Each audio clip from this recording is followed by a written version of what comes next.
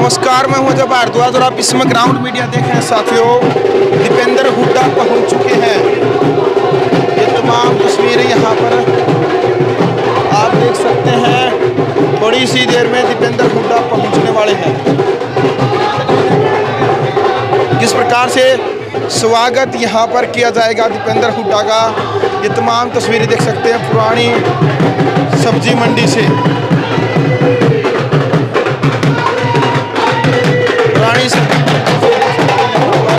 तमाम तस्वीरें के साथ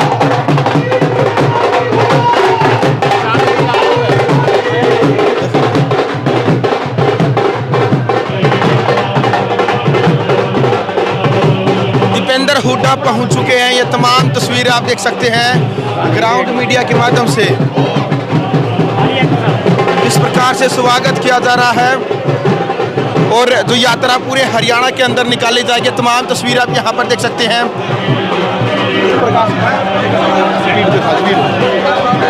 तमाम तस्वीरें आप ग्राउंड मीडिया के माध्यम से आप देख सकते हैं। दीपेंद्र हुड्डा पहुँच चुके हैं। एक यात्रा पूरे हरियाणा के अंदर निकाली जाएगी। बहुत बड़ा बदलाव उस यात्रा के दौरान होने वाला है।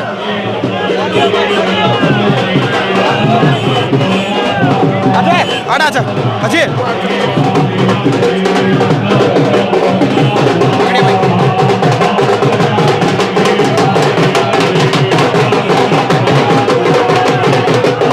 दीपेंद्र हुड्डा देख सकते हैं तमाम तस्वीरें ग्राउंड मीडिया के माध्यम से। दीपेंद्र हुड्डा पहुंच चुके हैं।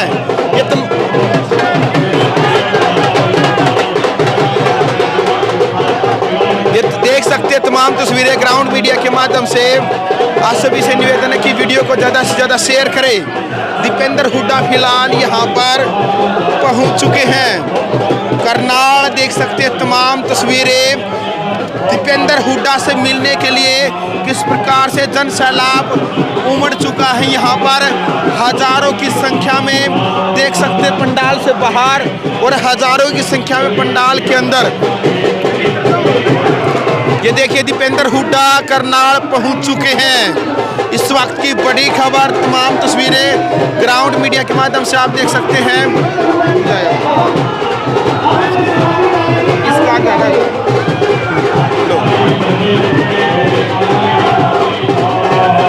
दीपेंद्र हुड्डा कार्यकर्ताओं से मिलते हुए ये देख सकते हैं तमाम तस्वीरें यहाँ पर।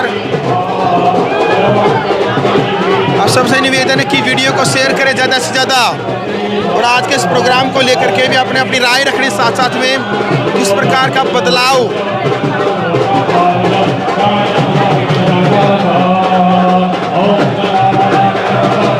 फिलहाल दीपेंद्र हुड्डा यहाँ पर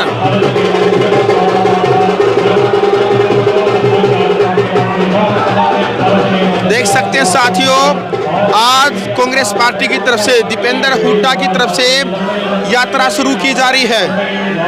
हजारों की भीड़ यहाँ पर आप ग्राउंड मीडिया के माध्यम से देख सकते हैं। दीपेंद्र हुड्डा से मिलने के लिए किस प्रकार यहाँ पर जन सैलाब उमड़ने लग रहा है। ये देख सकते हैं किस प्रकार का बड़ा कार्यक्रम यहाँ पर। उनका स्वागत है। जो अपनी बात रख रहे थे उनकी बात बीच में भूल जानी थी। आप एक मिनट अपनी बात पूरी करेंगे, उसके बाद बोलने वाले सदस्यों में मनोज बदवा जी हैं हमारे भाई।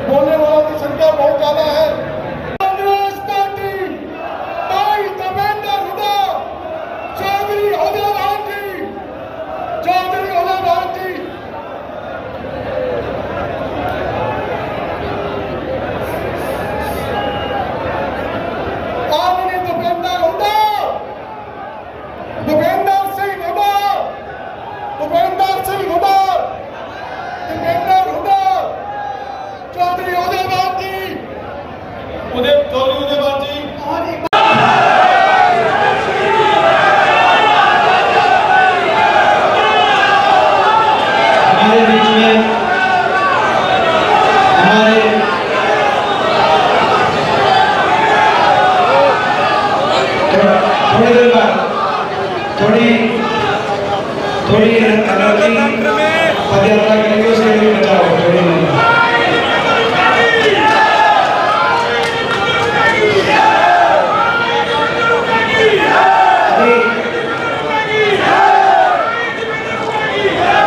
अभी थोड़ी एनर्जी बचाओ। अभी जो है पदयात्रा करेंगे गर्मी में लगातार, आपकी सारी एनर्जी वहाँ पे हमें जरूरत है उस एनर्जी की।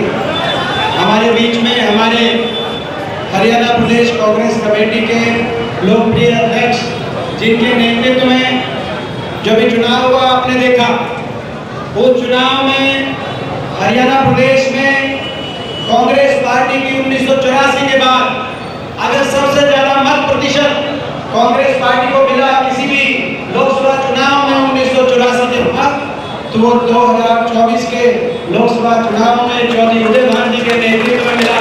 अभी को बहुत बहुत बधाई देते हरियाणा प्रदेश कांग्रेस पार्टी के हमारे आदरणीय अध्यक्ष। हमारे बीच में हमारे आदरणीय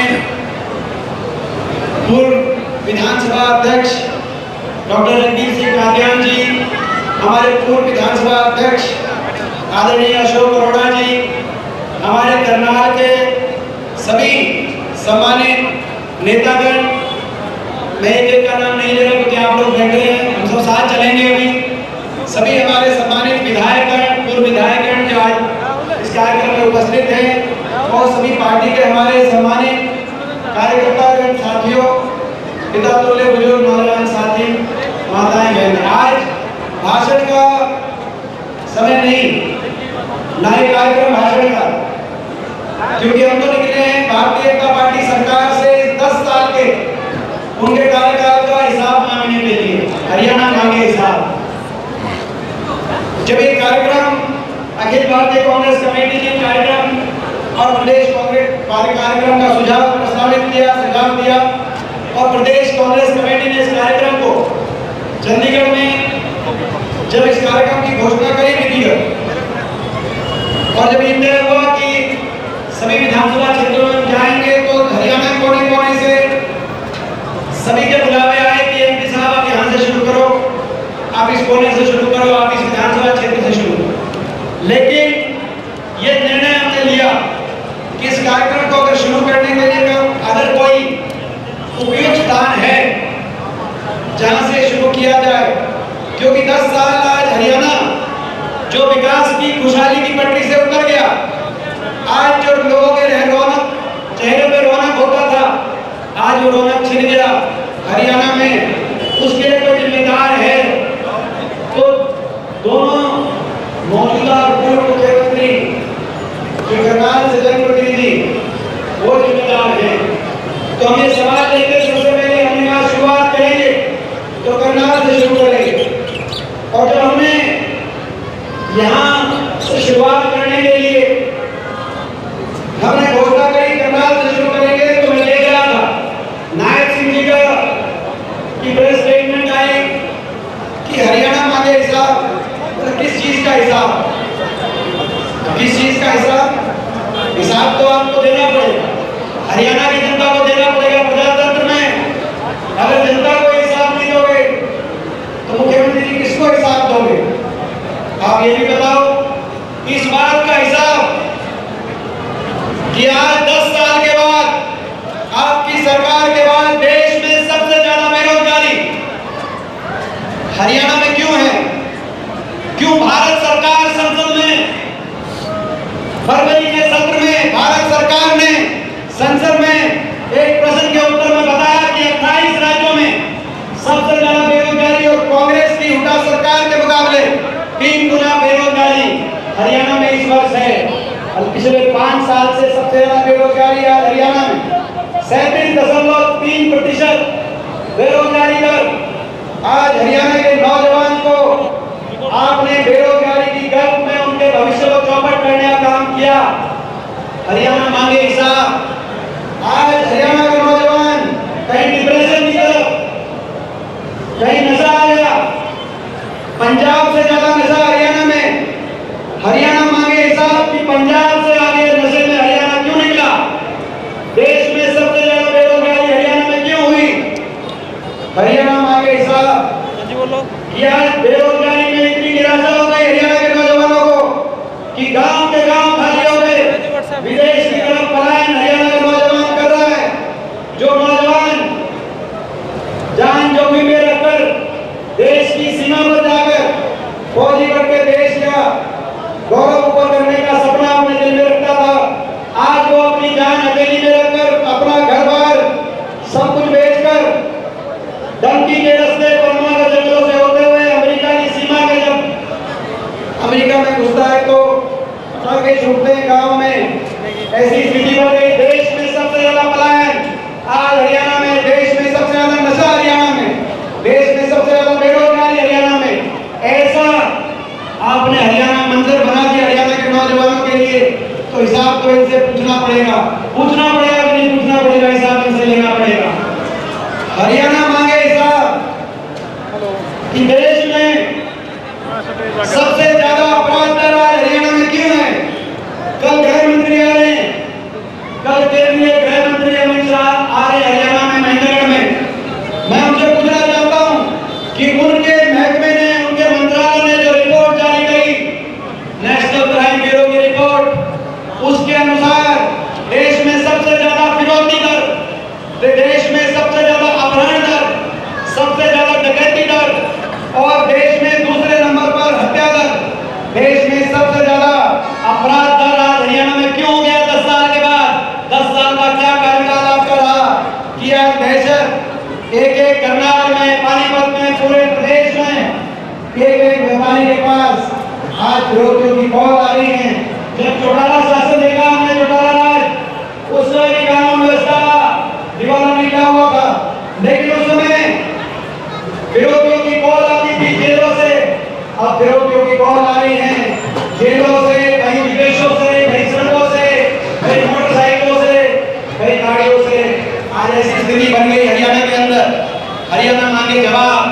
आज देश में सबसे ज्यादा जन विरोधी पोर्टल, ये सबसे ज्यादा जन विरोधी पोर्टल हरियाणा में क्यों लागू किए गए। गरीब आदमी को तो आप जन सुविधाएं दो, उनके घर पे पहुंचकर उनकी सुविधाएं देने का आपको काम करना चाहिए था, लेकिन उनको कानूनों में, पोर्टलों में, आईडियों में आपने उलझा दिया और इन आईडियों को भ्रष्टाचार का अपने केंद्र बना दिया। मैं पूछना चाहता हूं, जब अमित शाह कर आए तो ये बताएं, ये फैमिली आईडी और पहचान पत्र ये गुजरात में क्यों नहीं लागू है। गुजरात में आपकी सरकार है, गुजरात मॉडल का काम करते हैं, नाम लेते हैं, गुजरात में तो लागू नहीं। ये सारी चीज हरियाणा में लागू कर दी। हरियाणा गरीब आदमी का, हरियाणा में गरीब आदमी की कमर तोड़ने का काम इन कोर्टों के माध्यम से आपने क्यों किया। हरियाणा मांगे हिसाब, हरियाणा हिसाब मांगे कि आज भ्रष्टाचार एक के बाद एक घोटाले लगातार हरियाणा में, कहीं दादर खनन घोटाला, कहीं यमुनानगर खनन घोटाला, कहीं शराब घोटाला, कहीं मेट्रो रूट बदलाव घोटाला, अमृत योजना घोटाला, कहीं स्मार्ट सिटी का घोटाला। करनाल में भी हम देख रहे हैं स्मार्ट सिटी के नाम पर आज हरियाणा भी हिसाब नहीं मांगता, करनाल भी हिसाब मांग रहा है। क्या हुआ स्मार्ट सिटी के नाम पर। आज बारिश हुई थी, शहर पानी से पानी भर गया पूरे शहर में, चारों तरफ, जहां में भी पार्किंग नहीं बनी करनाल में। हरियाणा मांगे हिसाब कि आज इतना भ्रष्टाचार कि डबल इंजन से बीजेपी और जेजेपी ने लूटने का काम किया, दुष्यंत चौटाला ने और बीजेपी के मंत्रियों ने। और लूटने के बाद जब गठबंधन टूटा इलेक्शन से एक पहले, तो बीजेपी वाले कह रहे हैं कि दुष्यंत चौटाला के घोटालों की जांच कराएंगे और दुष्यंत चौटाला कह रहे हैं बीजेपी के घोटालों के राज बताएंगे। दोनों मिलकर लूट गए, इलेक्शन से पहले गठबंधन तोड़ गए, लोगों के बीच में आ गए। 5 साल तक आपको जाते एक दूसरे घोटालों के राज नहीं पता थे, मिलजुल के आपने लूट लिया। हरियाणा मांगे हिसाब, हरियाणा मांगे हिसाब कि हरियाणा में हर वर्ग को सड़क पे क्यों आना पड़ा इन 10 साल में। हर वर्ग के साथ इतना अन्याय क्यों हुआ, हर वर्ग के साथ कितनी अनसुनी क्यों हुई। देश के इतिहास में लिखा जाएगा, काले इतिहास में लिखा जाएगा कि एक सरकार थी हरियाणा में, बीजेपी की सरकार, जिस सरकार में छोटे छोटे स्कूल के बच्चों को धरने पे बैठना पड़ा। 500 स्कूल बंद कर दिए, 5000 स्कूल बंद कर दिए, मर्ज कर दिए, 500 स्कूलों में धरने हुए।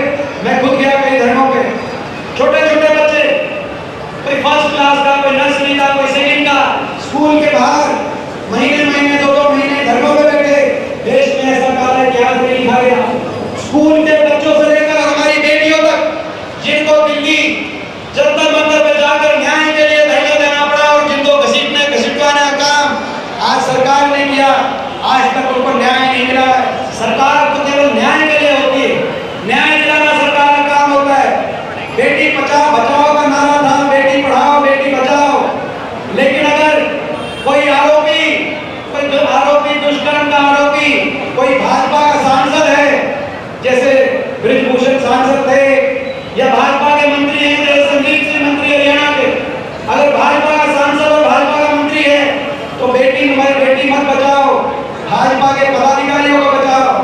ये कैसा अन्याय, और अन्याय के खिलाफ अपनी बेटियों को धरने देने पड़े, चाहे छोटे स्कूल के बच्चों से लेकर हमारी बेटियों तक, किसान से लेकर 750 किसानों की जान चली गई, लेकिन आज तक सहानुभूति के 2 शब्द कहने की इजाजत भारतीय जनता पार्टी ने अपने किसी पदाधिकारी को नहीं दी।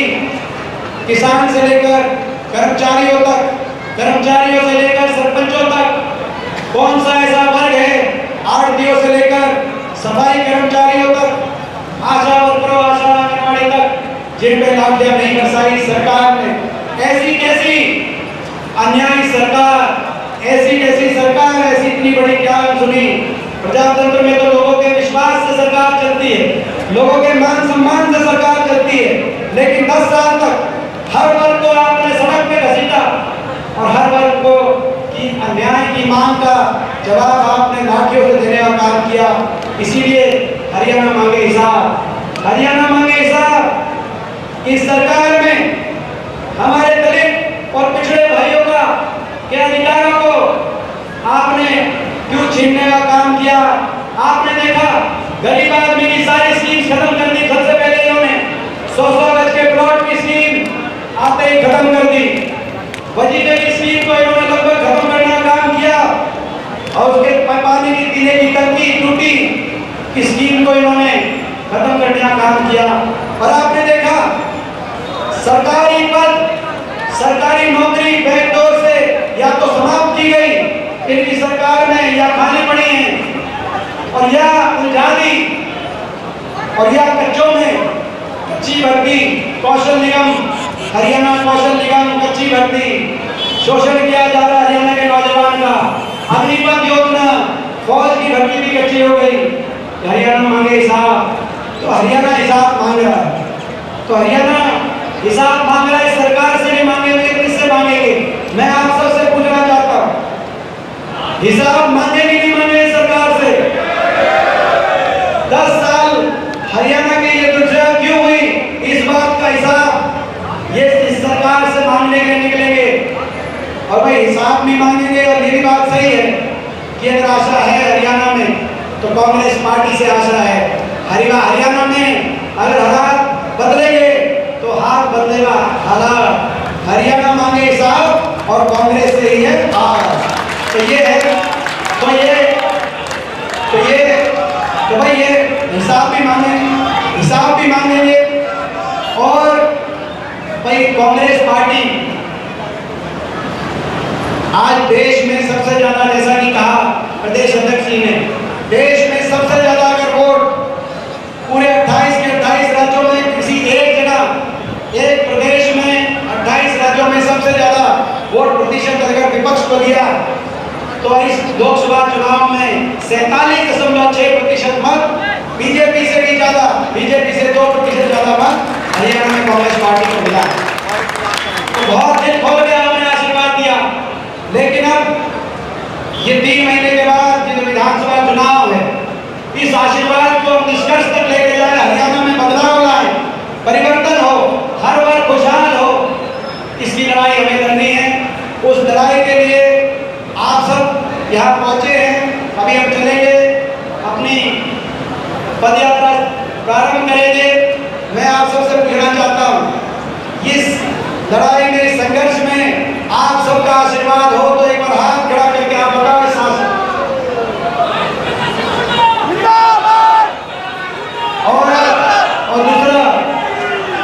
और दूसरा मैं आप सबसे पूछना चाहता हूँ कि आपका आशीर्वाद और ये लड़ाई मिलजुल के लड़ेंगे। आपको और हमको मिलकर लड़नी है। कांग्रेस का जो कार्यक्रम ये दिया गया है, ये केवल कार्यक्रम कोई पदयात्रा ही नहीं है। हर कार्यकर्ता को डोर टू डोर प्रोग्राम के माध्यम से, मैं तो आज यहाँ करके करनाल विधानसभा से अगली विधानसभा में चला जाऊंगा, मगर हर घर में आपको पहुंचना है। हर घर में कांग्रेस के नेता भी पहुंचे, कांग्रेस के कार्यकर्ता भी पहुंचे, हर घर में आप पहुंचना। मैं हर विधानसभा में पहुंचूंगा, मैं आपको ये विश्वास दिलाता हूं। बहुत आपका आशीर्वाद मिला, जीत के आए, लेकिन 10 के 10 लोकसभा सीटों पे कांग्रेस के मत प्रतिशत में जबरदस्त बढ़ोतरी हुई और भाजपा के मत प्रतिशत में हर विधानसभा क्षेत्र और हर लोकसभा क्षेत्र में जबरदस्त गिरावट आई। मुझे भी बहुत आशीर्वाद मिला। देश में कांग्रेस पार्टी की दूसरी बड़ी जीत मुझे के रूप में बहुत आशीर्वाद आपने दिया है। आज मैं समझता हूँ कि इतना आशीर्वाद, वो जीत आपके मेहनत की जीत थी, आपके आशीर्वाद की जीत थी। मुझे पता है कांग्रेस के कार्यकर्ता पिछली बार भी थोड़ी कसर रह गई थी, तो 5 साल तक आपने उस बात को अपने मान लिया कि इस बार जीत खड़ी होनी चाहिए। तो आज हरियाणा में तो मैं समझता हूँ कि मैं अपनी जिम्मेदारी मानता हूँ। जो आपने आशीर्वाद जो दिया है, मैं नहीं रुकूंगा जब तक हरियाणा के अंदर बदलाव नहीं हो। जब तक किसी ने पूछा कि आपका क्या लक्ष्य है, मेरा एक ही लक्ष्य है, हरियाणा बचना चाहिए, हरियाणा का भविष्य बचना चाहिए, हरियाणा के नौजवान का भविष्य बचना चाहिए। हरियाणा